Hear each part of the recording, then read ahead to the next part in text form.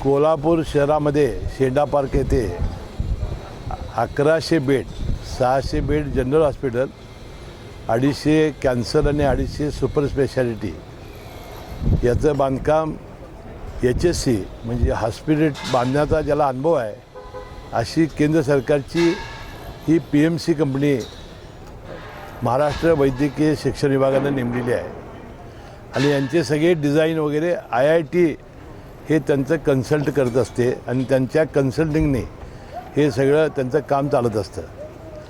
आता ही जी कंपनी आहे यांनी देशभरामध्ये जवळजवळ 200 हॉस्पिटल्स बांधलेले आहेत आणि हॉस्पिटल बांधण्याचा यांना फार मोठा अनुभव आहे.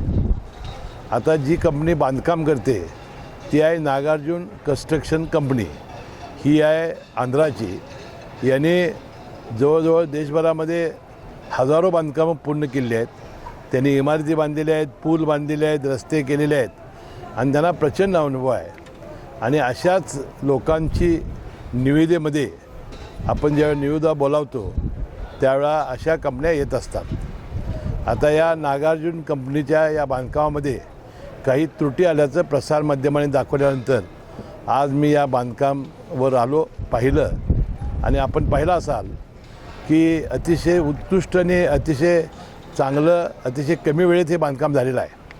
आणि जरी काही त्रुटी असल्या तर IITचं सर्टिफिकेट घेतल्याशिवाय यांना कोणतंही बिल दिलं जाणार नाही.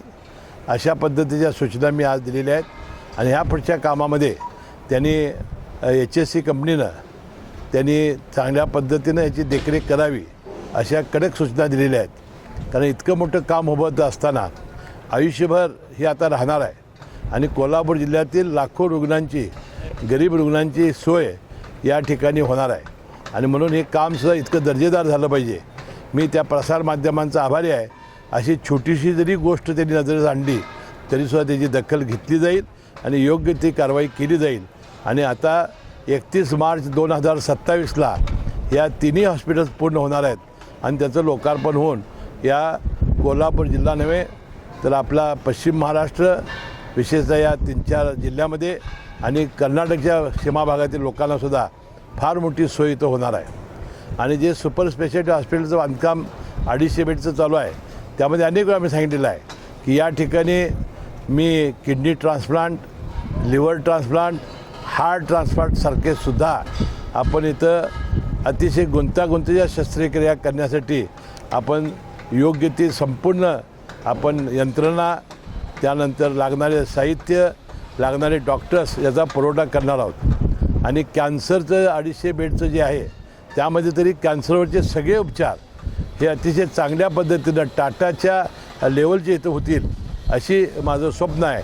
आणि हे साकार करण्यासाठी मी कठोर मेहनत करणार आहे.